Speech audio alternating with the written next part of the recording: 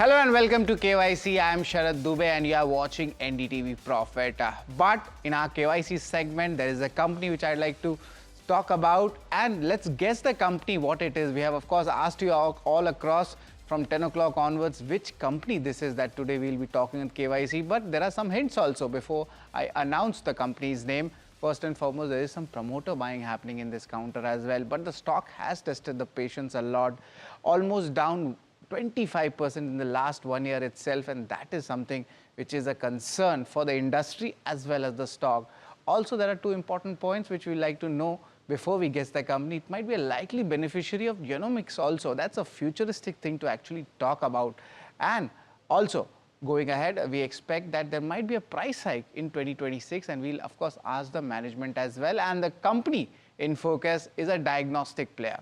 The company is from Eastern India and the company's name is Suraksha Diagnostics. That's the company we will be tracking in KYC, and the first question is, any kind of price hikes are expected to come in 2026? That's an important question to ask. The second question will be, what is the addressable market for the genomics which we are talking about?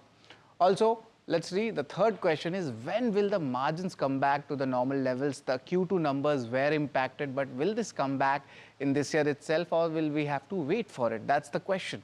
Fourth question we'll be asking the management, and concern is, what are the expansion plans in Eastern India? It's totally concentrated in West Bengal. So we will be looking at this company's expansion plans apart from the Eastern India. And fifth one is, any acquisition plans are lined up for high margin, because they have already done a high margin acquisition in Fetamet as well. That's a small company, but a very high margin business for IVF related services. So these are the important questions we will be asking the management. But let's move on to see how big this company is. Let's talk about the company. This is very much important. Suraksha Diagnostics, that's a very smaller name which we are seeing in this segment, and hardly it's you could say it's totally located in West Bengal, especially in the Kolkata region. And one interesting point I'd like to point out is, this is the region where the medical tourism is also coming up. So that is something which we'll be looking out for. But about the company, they offer two important services, pathology and radiology, and that's the most core business they have. Apart from that, a smaller margin also includes medical consultancy as well. But look at how the revenue breakup has happened. It's even Stevens. 46% is radiology, remaining comes into pathology. Very small segment is 6%, where this overall revenue bifurcation comes in. Largely, we would say it's getting a commoditized industry, and B2C segment, that's roughly 93% of that revenue is coming in. A very small portion, the B2B, that is around 7% odd. But net, there is a pain in the industry. But more on that, but look at the regional footprint. West Bengal is the core market here. They contribute roughly 100% of the FY25 revenue, but there are some minor kind of revenue contribution coming in from the smaller places as well. Let's pull up the states where it's active. It's Bihar, Assam and Meghalaya. That means the next leg of growth or expansion would be focused in these extra zones in the Eastern India apart from West Bengal. Also, there's no meaningful revenue contribution coming in from states during this year itself, but the expansion plans is something which we will discuss with the management for H2 FY26. Genomics, that's the buzzword, and that's one of the key reasons we have got this company here, because the company itself established its company in July 2025 itself. So we want to see how much growth potential is expected to kick in, and company itself launched this model. So the overall expansion plan, capex plan, it's currently in the R&D phase. So what growth has happened, and is there any meaningful thing which they'll be doing in the industry? These are the important questions which are there for this company, which we'll be looking out for. Also, the focus will be on the advanced scale of businesses going ahead and this meta-genomic testing. So, of course, this is one version of genomic, just to simplify it for you. That's what we'll be looking at, and they aim to support rare diseases, and this includes diagnosis and newborn screening as well. This is new age kind of, you could say, diagnostic work, and it's a very high margin business. And that becomes very much important. But in our show in KYC, we have a structure which we follow. There are roughly 8 odd parameters which we actually track in. Out of these 8 factors which we track in, they include importantly, the income statement, the balance sheets, and most probably Also, your cash flow statements, return ratio, these are your important numbers where we judge a company. These are the rating parameters. First four I explained you, but the other four also are very much important.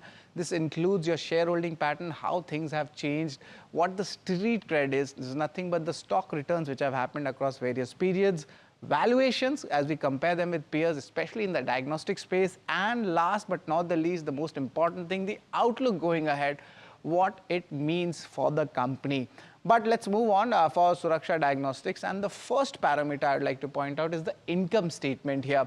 Largely the revenue we have seen not much growth happening, just a 5% 3-year CAGR coming in. EBITDA, there was a slight jump coming in from 74 odd crore rupees to roughly you could say 85 odd crore rupees. Margins, that's the key area of concern for me because that has not improved so much.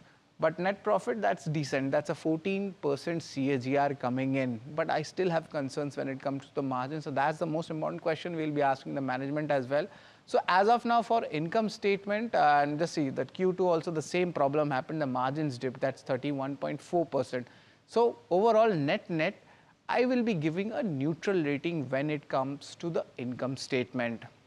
Let's get the balance sheet in. Balance sheet is very much important. But remember, the company doesn't have a very long history. It was recently listed in the IPO space, if you want to call that. It's been 1.5 years to be precise. Equity has been fine. The base has been decent. Other equity that has jumped up, that means that we could say the reserves have gone up, book value has gone up, but the borrowings, that has actually come down. And for the companies this size from FY25, the borrowing is down by almost 50%. In September, it's around 3 odd crore rupees. Remember, this is largely your working capital numbers, and cash and bank balance that has significantly gone up from 20 odd crore to 44 odd crore rupees.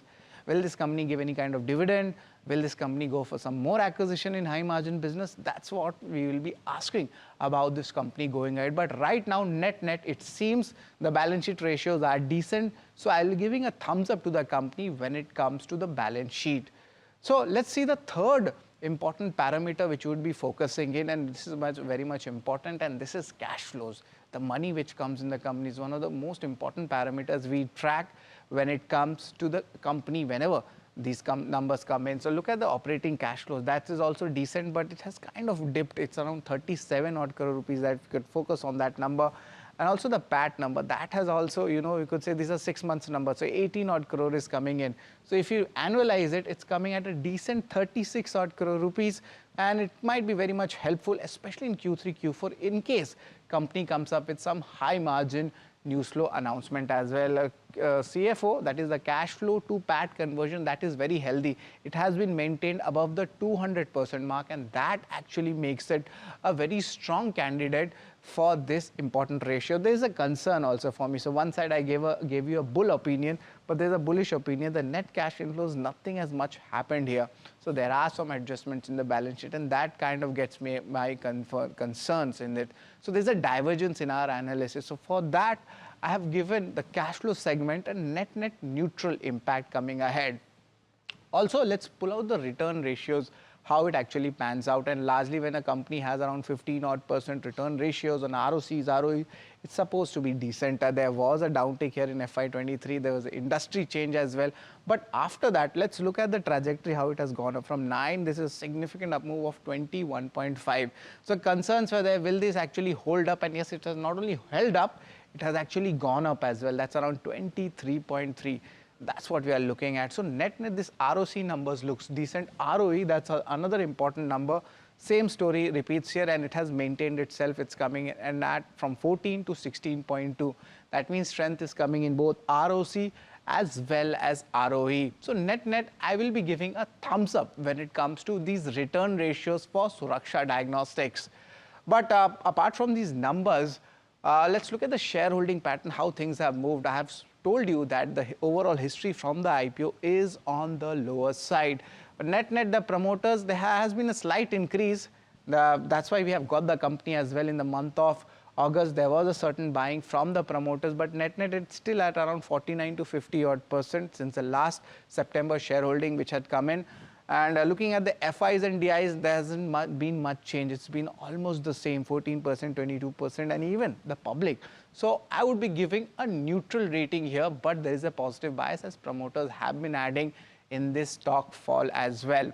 But shareholding pattern, that's what we have spoken of. But let's come in. We'll talk about the street cred, how things have moved. Has this actually given returns to the shareholders? Has it tested the patience of the shareholders? 1 month, nothing much happening. It's down 8%.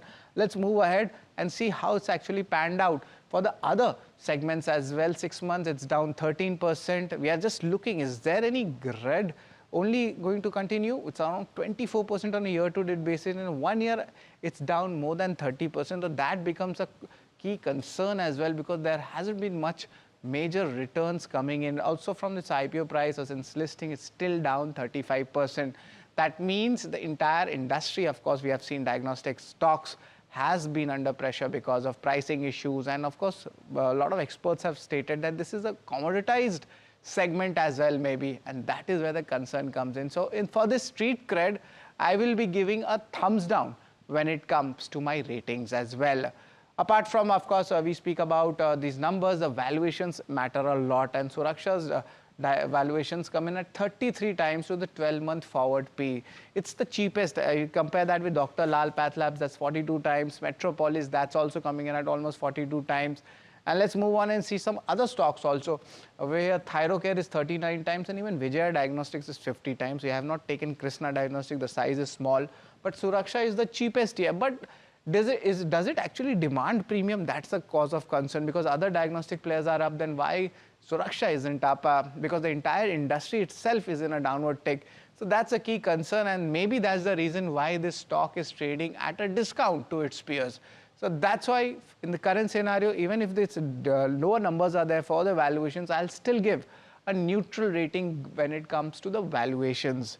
But now, last but not the least, one of the most important parameters is the outlook for this company. Genomics arm has been launched in July month, and that is where we'll be looking at what the street is looking at. Margins are expected to normalize going forward. That's a statement in Q2 numbers which the management had stated. And 3 hub centers are opening. They are launched expected in H2 FY26. This includes Mukundapur, which is in Kolkata, and Dhanbad and Behrampur, which is in West Bengal as well. That's the focus in. But Fetomat Wellness, that's the area which I am concerned with, because it might be a minor acquisition, but it's in a very, very high margin segment of IVF related and child related services before the pregnancy and during the pregnancy as well. And that is a very key brand in the Kolkata region, which I have been tracking. So that is something which we will be asking the management as well. But overall, what's the ratings for this company? That is very much important.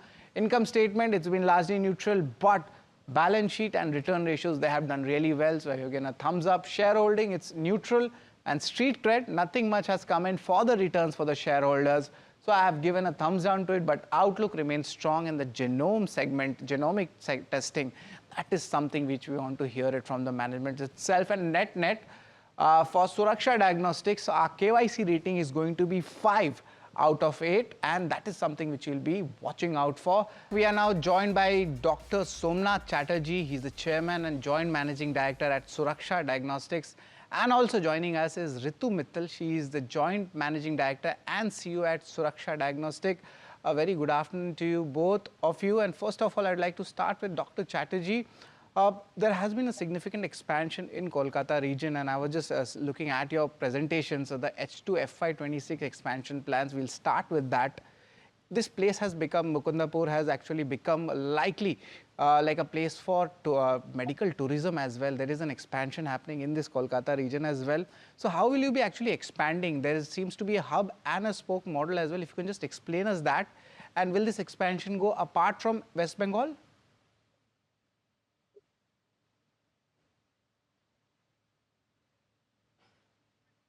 Dr. Chatterjee, if you could just unmute yourself, please. So like you mentioned, the 3 hub centers that are coming up in Mukundapur, Dhanbad is in Jharkhand. Yes, ma'am. Yeah, Ritu, please continue. Yeah, and we are definitely putting hub centers and spoke centers around it. So in fact, in Mukundapur, we are also putting up our second AIIR center, which is an institute for immunology and rheumatology. So we are definitely focused on West Bengal because there are still many districts to cover, and diagnostic is a regional play, and therefore we are entrenching ourselves more in West Bengal, but we are also expanding to the eastern states of Orissa, Jharkhand. We are already there in Patna and Assam. We are adding more centers in Assam, and we are adding a center in Tripura. All right. Dr. Chatterjee, there is a huge addressable market for genomics as well, and I presume in July 2025 you incorporated the genomics testing arm. We have already seen radiology and this checking facilities which are already there in the industries. But going ahead, what is this actual technology and what has the company's efforts been till now? Till now, you have just mentioned about the R&D. So if you could, sir, explain us this entire setup and why this is important in this testing industry. You see, ultimately, the way today molecular biology is progressing, almost everything will come into the domain of genomics. Today, it is limited in the study of cancer therapies. You know, cancer therapies has drugs which will work in some people and which will not. The same drug will not work in other people because of the genomics. If you have certain mutations, then this drug is going to work. If you do not have those mutations, these drugs are not going to work. So, as time progresses and medicine becomes personalized, genomics is going to be an inherent part. Today, it is there in oncology. Tomorrow, it will be there in acute infections. Tomorrow, it will be there in all chronic debilitating diseases. So, genomics is something that will engulf the entirety of diagnostics. It is that we have only launched in 2022, but we have been working on this project for the last 18 months. As you will very well realize, it takes a lot of effort. It takes a number of scientists. It takes a lot of very high-end technologists who do the next-gen sequencing to bring to a platform and then to try these platforms. And once we were ready in July, we launched. This also has a tremendous role in infertility proceeding towards IVF pregnancies. All high-risk pregnancies today, you know, which are coming out of IVF institutes, need to have genomic studies. That is Chatterjee, one of the... Dr. Chatterjee, one key concern I have is your company has gone into the future, but can we get some timelines for this company? Like this R&D will go, this will continue for another couple of years, or will we see something happening? We have already started commercial production. We are already doing most of the genomic tests as of now. Because oncology is such a vast domain, we have started with 21 panels. And we are doing the entirety of the fetal medicine genomics. So these are already in production. We are collecting samples and reporting. Being in the East gives us a wonderful advantage of lowering the turnaround time of these tests for laboratories and hospitals and nursing homes in Eastern India. So we have already started commercial production of the entire genomic lab as of last month. Yes, and Ritu, I have a question for you and a lot of numbers related questions I have. One by one, I'll start asking you. The first one is the industry, will they take some price hikes? You know, this year is ending. Largely, every time, most of the diagnostic players do take some price hikes. Last year, we had seen that. Are you expecting that? Any kind of price hikes? So we are not taking any price hike this year because the GST has been lowered both in our equipments as well as some consumables that we use. So we would pass on that benefit to the patient in a small way. And Ritu, the margins in Q2, they dipped. The 34-35% which you usually do, that came in at 32%. And you had mentioned that these will normalize. So by when they'll normalize, how much will the margins come, and what will be the growth trigger? Could you just share that? Yes, I would like to highlight the fact that all our mature centers are already at a margin of 37-38%.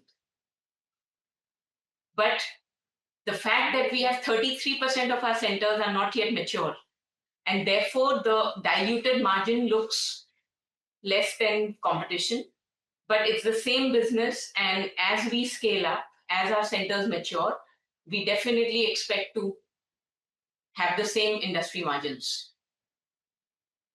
That's the commentary coming in. But Ritu, you have roughly 44 crore rupees in the cash, and we already saw an acquisition that was Fetamet. That's also doing decently well. But are you planning for any other further acquisitions in, at least in West Bengal, in this high margin testing area? Because Fetamet, as I presume, that is also into pregnancy related services before and after as well. And going ahead, you must be looking at this sector as well, because genome testing also somewhat covers this segment, and this is very much important in developing in today's time. So looking at any areas for acquisition? Yes, we are evaluating acquisitions. Of course, they have to maintain our quality standards, and the pricing has to be justified, because in the eastern region, Suraksha brand name is what is most popular. So we will definitely not be paying for the brand. And we are continuously evaluating offers that are coming in. And post IPO, definitely I can say offers have started coming in more in number. Thank you very much, Ritu and Dr. Chatterjee, for giving your time and speaking with the NDTV Profit for Suraksha Diagnostics growth plans, and currently what are the concerns with the investor community have asked, and we have asked it through us via them. So that's all, folks, for tuning in to KYC only on NDTV Profit.